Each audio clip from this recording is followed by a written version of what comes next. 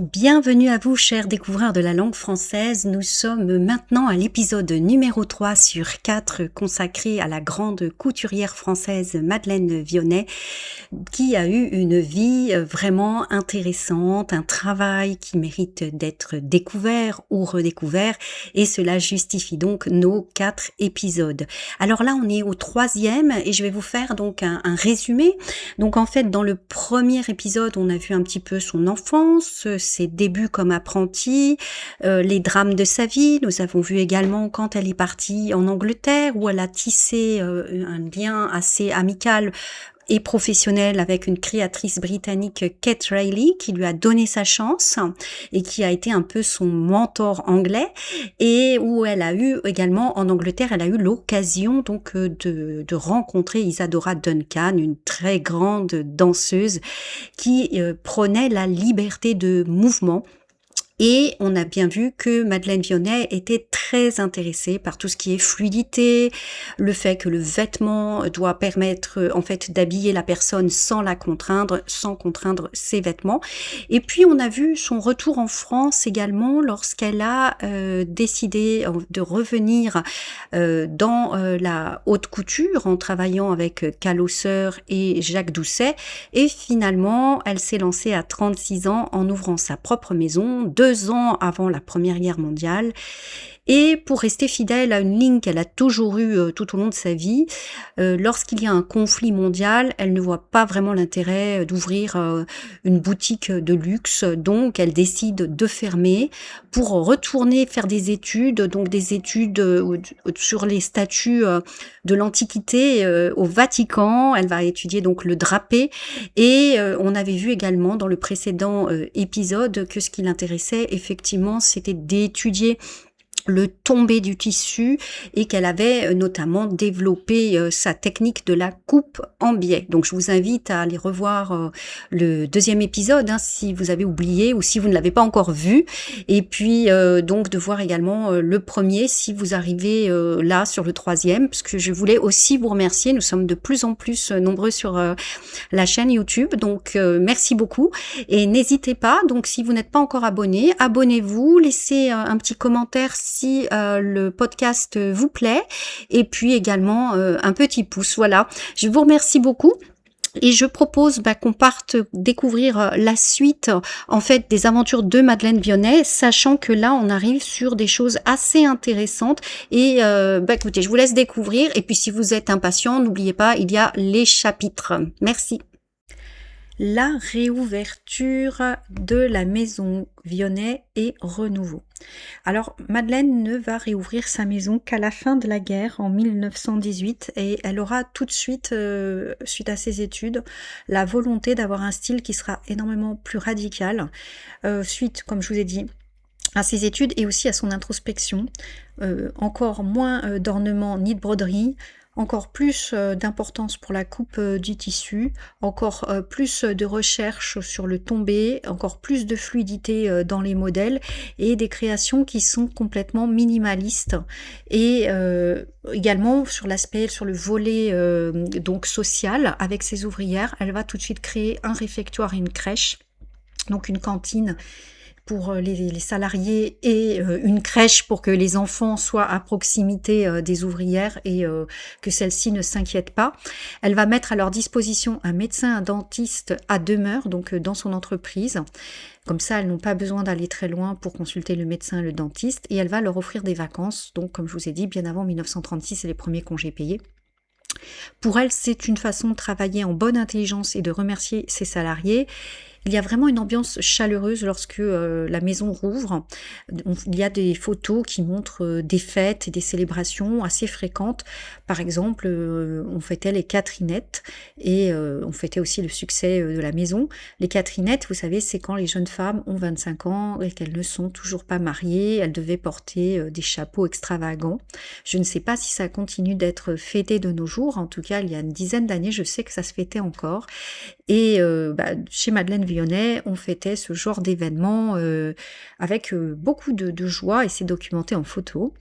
Et la maison de Madeleine Vionnet va acquérir la réputation d'une entreprise où il fait bon travailler. Donc, ce qu'on peut dire, c'est qu'elle a toujours une vision et après, elle la met en pratique, en fait.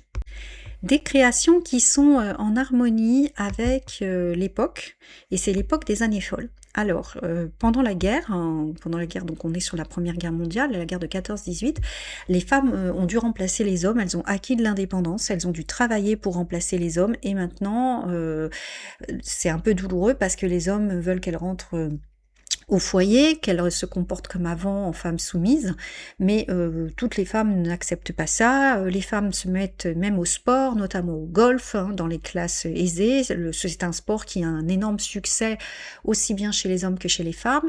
Également des sports comme le tennis, le cyclisme sont pratiqués par les deux sexes.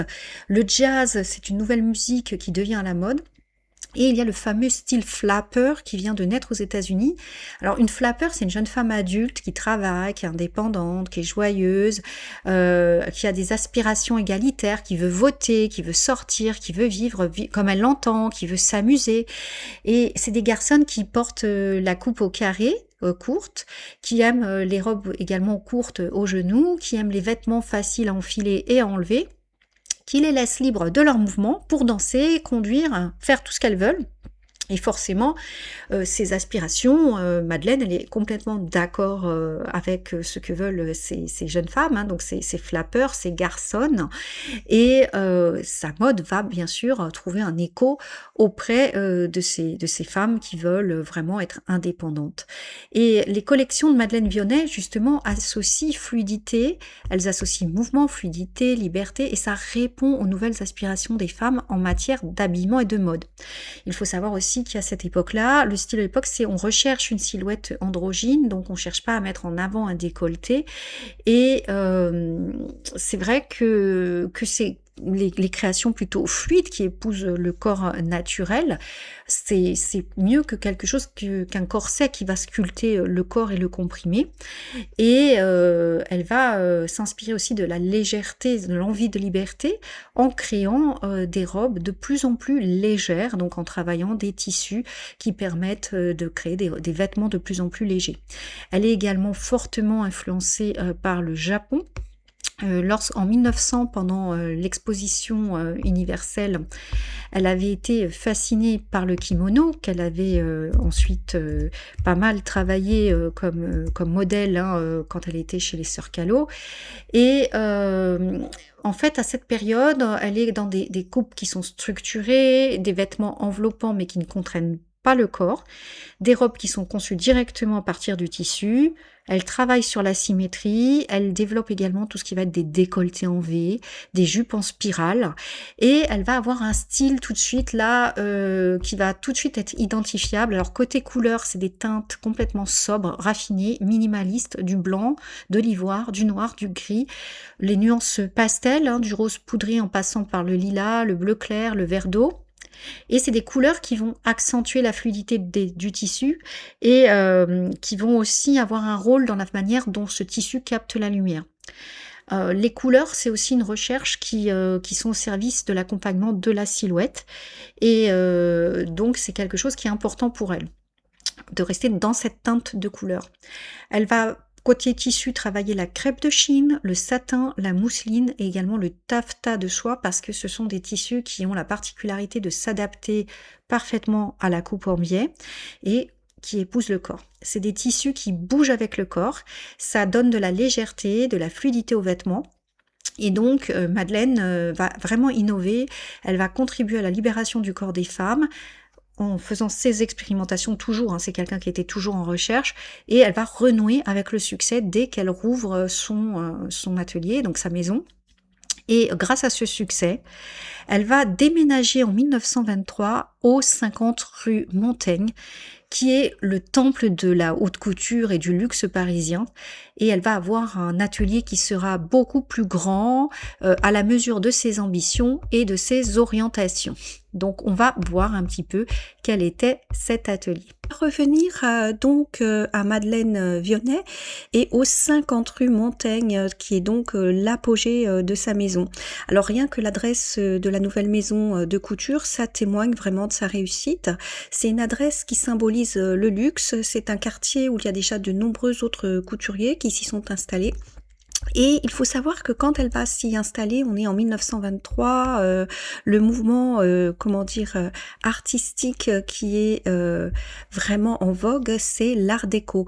Alors, la décoration de son nouvel atelier, donc de sa nouvelle maison, là où elle va travailler avec ses ouvrières, elle va être inspirée par ce mouvement artistique et elle va faire appel à des personnes qui étaient très connues à l'époque, qui maintenant sont connues, des personnes qui font des études et que je vous invite donc à découvrir avec moi si vous n'êtes pas familier de cette période. Donc vous avez Ferdinand Chanu qui a notamment participé à la construction de la magnifique coupole du grand magasin Les Galeries Lafayette à Paris.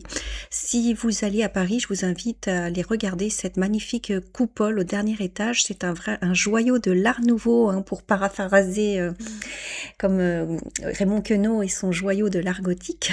Donc là, c'est un joyau de l'Art Nouveau. Et vous avez aussi les célèbres René Lalique et Georges Defeur. Alors René Lalique, on s'en souvient un petit peu plus, Georges Defeur un peu moins.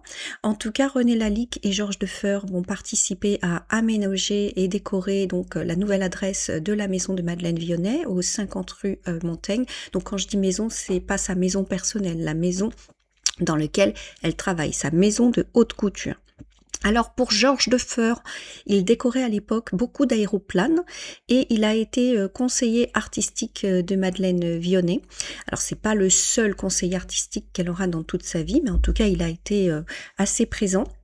Il faut savoir que Madeleine aura toute sa vie des collaborations artistiques de qualité et on va en parler notamment lors de sa collaboration avec une personne qui s'appelle Tayat ou Taya, mais je pense qu'on prononce Tayat. On ne présente plus René Lalique, qui est un bijoutier, un maître verrier, un joaillier, c'est aussi un médailleur. Il a travaillé avec des marques prestigieuses comme Coty, comme Cartier, et il possédait aussi sa propre cristallerie. Et des bijoux, des flacons, des vases, des chandeliers, des horloges et même des bouchons de radiateurs. René Lalique a laissé son empreinte dans de nombreux objets. C'est magnifique et si vous passez par Lisbonne, au Portugal, je vous invite à aller voir les pièces qui sont présentées au musée Calouste Gulbenkian parce que c'est vraiment des pièces de toute beauté. Il y en a d'autres partout ailleurs dans le monde, mais celles-ci m'ont particulièrement plu et je vous montre donc un exemple grâce à une photo libre de droit qui nous permet de voir une des pièces de René Lalique. Alors, parmi les prestigieuses créations de René Lalique, peut-être vous ne le savez pas, mais il a décoré les wagons-restaurants du célèbre train L'Orient Express, le Simplon L'Orient Express, je crois qu'il a changé de nom. En tout cas, c'est vraiment une personne qui fait référence. Alors ce nouveau succès, cette nouvelle installation dans le quartier du luxe, ça va s'accompagner d'un déploiement à l'international. Dès l'année suivante, en 1924, elle va signer des partenariats avec les Américains et elle va avec eux exiger un contrôle qualité strict, exactement comme elle le faisait dans ses ateliers où elle supervisait absolument tout. Seulement, c'est aux États-Unis, c'est pas en France, c'est pas à côté. Et le succès est immédiat aux USA. Elle a un partenariat avec une entreprise qui s'appelle Ixon et en fait, c'est très florissant. Et très vite, les stars du cinéma hollywoodien vont aimer ses créations, vont les porter, ça va en plus contribuer à sa célébrité. Elles aiment notamment les stars, ses formes originales et géométriques et le fait que selon la lumière, donc les belles lumières des projecteurs, lorsqu'on porte une robe de Madeleine Vionnet, on a l'impression d'avoir quelque chose qui magnifie le corps et puis selon la pose que l'on prend, de ne pas porter la même robe et d'être valorisé d'une manière différente. Donc des actrices mythiques comme Greta Garbo, Joan Crawford ou encore Marlène Dietrich vont porter ces créations à l'international et elles vont se faire photographier et avec ces vêtements et ça va contribuer à la renommée de la marque. On est en 1936 et le magazine américain Vogue va consacrer en fait une partie de ses pages à Madeleine Vionnet et va souligner son aspect visionnaire de sa marque, la modernité de ses modèles et va parler de son influence grandissante. Alors à cette époque, elle n'est pas la seule à s'exporter aux États-Unis, mais elle, on la reconnaît parmi tous les créateurs grâce à plusieurs caractéristiques. Déjà son travail sur le tissu. Comme je vous avais dit, elle passe de longues périodes à regarder comment le tissu tombe, comment le tissu est arrangé, mais aussi la présence du dos nu avec un col licou, un décolleté drapé et ce qu'on appelle le décolleté Vionnet. C'est un décolleté qui est haut à l'avant avec des découpes sur le côté qui va dénuder le contour de l'épaule et une partie de la clavicule et ainsi le dos est encore mis plus en valeur, ce qui est nouveau parce qu'à l'époque c'était pas une partie du corps qu'on mettait particulièrement en valeur. Et on va voir aussi qu'elle a un goût pour un contraste entre le noir et le blanc, notamment dans des ensembles de 2 pièces. Elle va mettre par exemple des jupes noires assorties à des vestes courtes blanches. Elle a également à cette époque ce qu'on appelle un style directoire, c'est une silhouette épurée, avec la taille qui est juste en dessous de la poitrine et ça permet d'allonger la silhouette. Et c'est un modèle où il y a certes des lignes droites, mais il y a aussi des tombés doux qui cohabitent avec douceur grâce avec des tissus qu'elle va employer comme la gaze, la mousseline. Et en fait, même si les lignes sont droites, la personne n'est pas engoncée dans le vêtement et est à l'aise. Alors, la photographie de l'époque, je vous ai dit que les stars se faisaient photographier à l'époque, eh bien, les éclairages qui sont utilisés par le cinéma, également la pellicule noir et blanc, ça contribue à sublimer les créations de Madeleine Vionnet, le fait que les lumières se reflètent sur le tissu. On a l'impression que ce tissu, il danse sur la peau des actrices, il danse sur la peau des modèles et qu'il va donc, comme je vous ai dit, s'illuminer différemment selon la posture du sujet, selon l'angle, selon l'éclairage. Et ça crée des choses très visuelles, reconnaissables entre plein d'autres créations et ça va avoir son importance à cette époque parce que les studios d'Hollywood développent un univers de glamour et de raffinement et donc les robes de Madeleine Vionnet sont complètement raccord avec ce souhait d'Hollywood d'avoir quelque chose de glamour, de qualité, de luxueux et qui fasse rêver. Alors là, j'aimerais vous parler des connexions avec l'art concernant le travail de Madeleine Vionnet. Il faut savoir qu'elle a tout au long de sa vie et de sa carrière été en contact avec des personnes qui s'intéressaient à l'art et pas forcément à l'art classique, plutôt à l'art des avant-gardes. Donc l'art est aussi présent dans sa vie que la couture et notamment lorsqu'elle fait décorer son nouvel atelier, donc aux 50 rue Montaigne, en fait vous avez donc la présence de personnes qui font partie aussi bien des artisans que des artistes et qui sont connectés avec ces avant-gardes. Alors quand elle travaille avec le couturier Jacques Doucet, ou lorsqu'elle va rencontrer Taillat, son futur directeur artistique, qui lui est une figure emblématique du mouvement futuriste, elle va intégrer dans son univers d'une manière ou d'une autre le mouvement littéraire, le mouvement artistique en vogue à l'époque et elle le fait pas par souci d'être à la mode, elle le fait parce que ça l'intéresse aussi bien au niveau visuel que au niveau recherche. Alors pour parler de Taillat, cet artiste était venu à Paris à l'occasion des fameux ballets russes.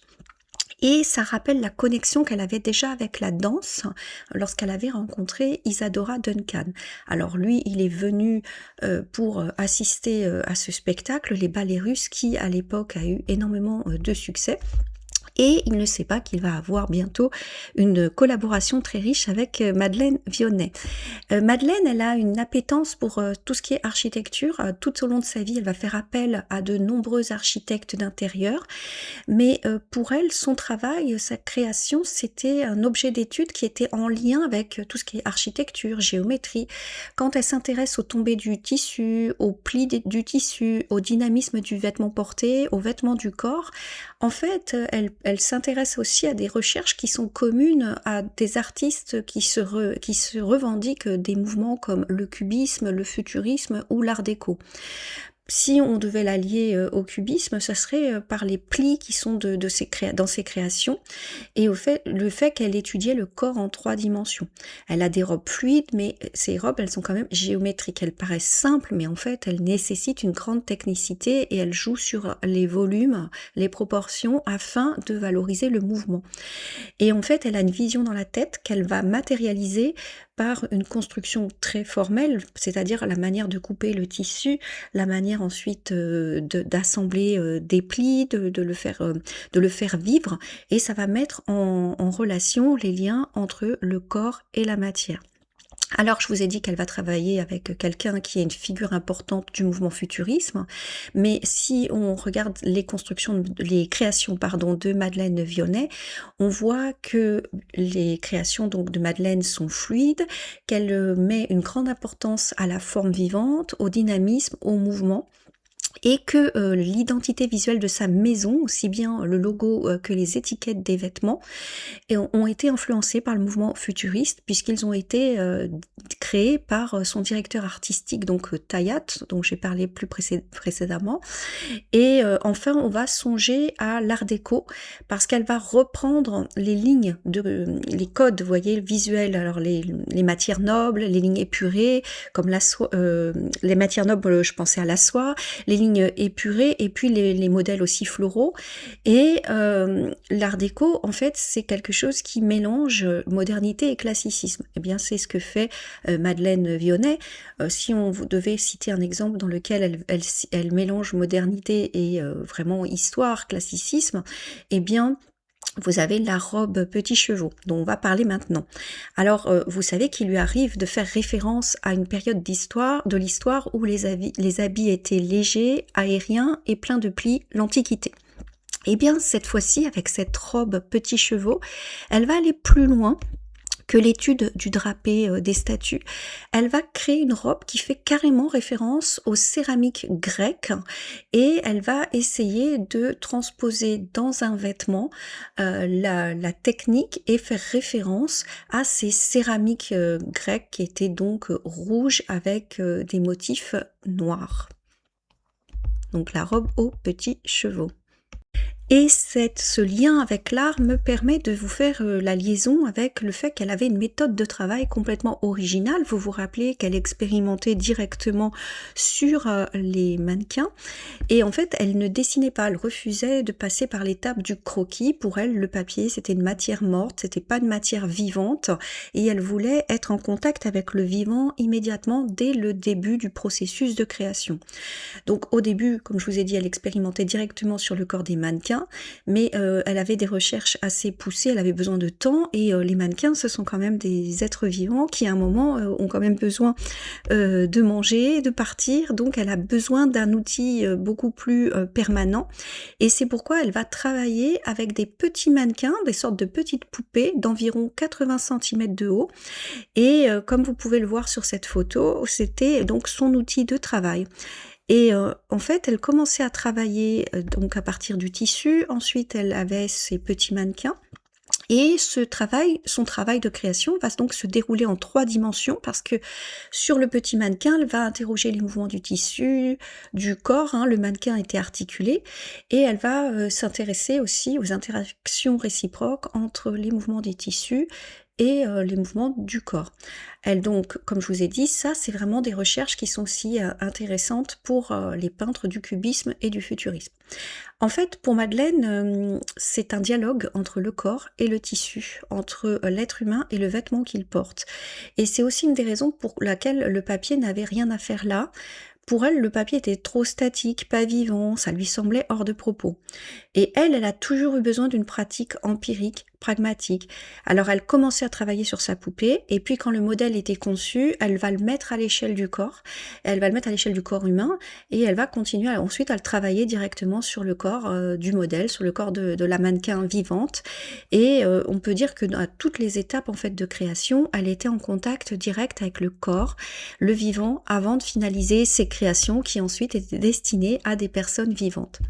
Je ne sais pas ce qu'elle aurait pensé du fait d'être maintenant exposée dans les musées. Heureusement d'ailleurs qu'elle est dans ces musées, parce que on a besoin de voir ses créations, mais c'était des robes qui étaient faites pour être porté et je pense que ça peut aussi expliquer pourquoi elle a fermé sa maison lorsqu'il y a eu, la guerre parce que c'était pas une période où on faisait des soirées et donc les robes n'étaient pas portées, elles restaient dans le placard et je pense qu'elle avait pas envie de créer, des choses qui allaient rester dans le placard. Voilà.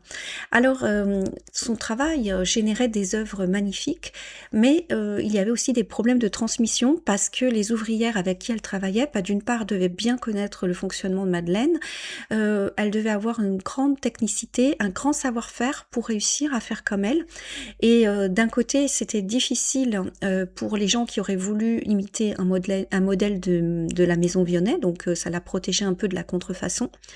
Parce que chaque vêtement que vous achetiez, vous voyez vraiment qu'il y avait la patte de la créatrice et c'était vraiment de la haute qualité.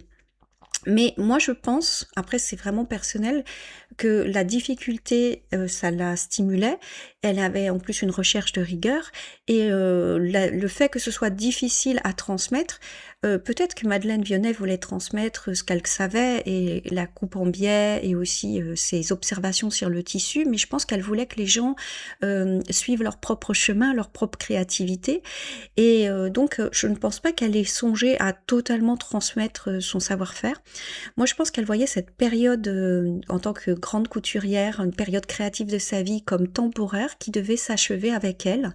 Je pense aussi qu'elle ne savait pas qu'elle allait vivre aussi longtemps puisqu'elle est décédée à 98 ans et en fait, elle faisait donc des créations vraiment personnelles. Elle souhaitait pas être simplifiée, standardisée, elle souhaitait pas que ce soit reproduite forcément par des successeurs. Même si je vous ai dit, elle les formait, en fait, tout dans l'attitude de Madeleine Vionnet montre qu'elle considérait qu'il y avait un temps pour tout. Première Guerre mondiale, elle ferme son atelier, ensuite elle rouvre quand la paix est revenue et qu'on recommence à sortir. Ensuite, Deuxième Guerre mondiale, elle considère que c'est la guerre, donc elle ferme, et cette fois-ci définitivement parce qu'elle se rend compte qu'elle a un certain âge et qu'elle veut profiter du temps qui lui reste, sans savoir qu'il va lui rester beaucoup de temps. Et voilà, c'est la raison, à mon avis, pourquoi à chaque guerre, à chaque conflit, elle a toujours fermé sa maison de couture. Je pense qu'elle devait trouver absurde de continuer à faire des robes quand le monde se déchirait. Vous voyez, ça lui paraissait sans doute très futile. Et c'était une personne qui avait toujours de l'introspection, qui avait un contact avec ce qui se passait au niveau des avant-gardes, qui nouait des liens avec des artistes, avec des intellectuels. Et je pense que il faudrait peut-être étudier sa correspondance en détail, mais je pense que c'était une personne assez philosophe, qui avait la possibilité de s'extraire du flux et de pas juste produire pour produire, de ne pas se laisser griser par son propre succès et qui avait suffisamment de recul pour aussi bien se connaître et savoir ce qui était bon pour elle. Même si, comme tout le monde, vous allez voir, elle a fait quelques erreurs, notamment au niveau des sentiments et notamment en amour. On va maintenant parler des amours de Madeleine Vionnet.